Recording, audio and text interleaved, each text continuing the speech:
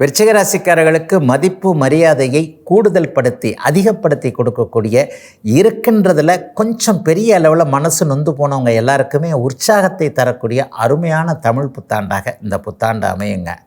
ஒரு 40 நாட்களுக்குள்ளாகவே குரு பகவான் 12 வருடங்களுக்கு ஒரு முறை மட்டுமே அடையக்கூடிய உச்சத்தை அடைந்து 9ஆம் இடத்துல உட்கார்ந்து உங்கள் ராசியை பார்க்க போகிறார்.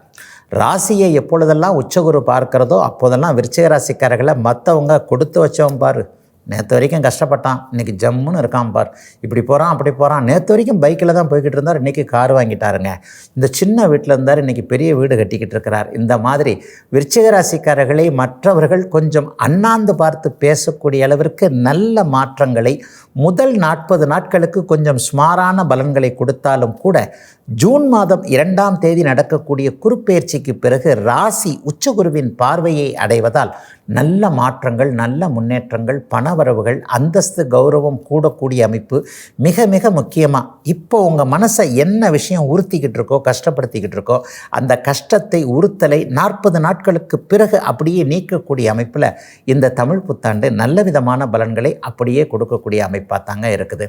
வருஷத்தின் ஆரம்பத்தில் பார்த்திங்கன்னா செவ்வாய் சனியெல்லாம் 5ஆம் இடத்துல போய் சேர்ந்துருக்கு. பிள்ளைகளால் ஏதாவது ஒரு கஷ்டம் இருக்கத்தான் செய்யும். வயசுக்கேற்ற மாதிரி படிக்கவே மாட்டேங்குது, எப்போ பாரு இந்த செல்ஃபோனை கையில் வச்சுக்கிட்டே இருக்குது, ராத்திரியெல்லாம் ஃபோனை பார்த்துக்கிட்டே இருக்குது, ஃபோனை பிடுங்க முடியல. இந்த மாதிரியாக பிள்ளைகளை பற்றி அவர்களுடைய வயதிற்கு ஏற்றாற் போல அவர்கள் செய்யக்கூடிய அமைப்புகள், நடவடிக்கைகளை பற்றி கவலைப்பட்டு கொண்டிருக்கக்கூடிய அத்தனை விருச்சிகராசிக்கார பெற்றோர்களுக்கும், குறிப்பாக விருச்சிகராசிக்கார சகோதரிகள் எல்லோருக்குமே கொஞ்சம் பிள்ளைகளை பற்றிய கவலைகள் விலகக்கூடிய அமைப்பு, அவர்களை பற்றிய நம்பிக்கைகள்லாம் இந்த வருஷம் கண்டிப்பாக வருங்க.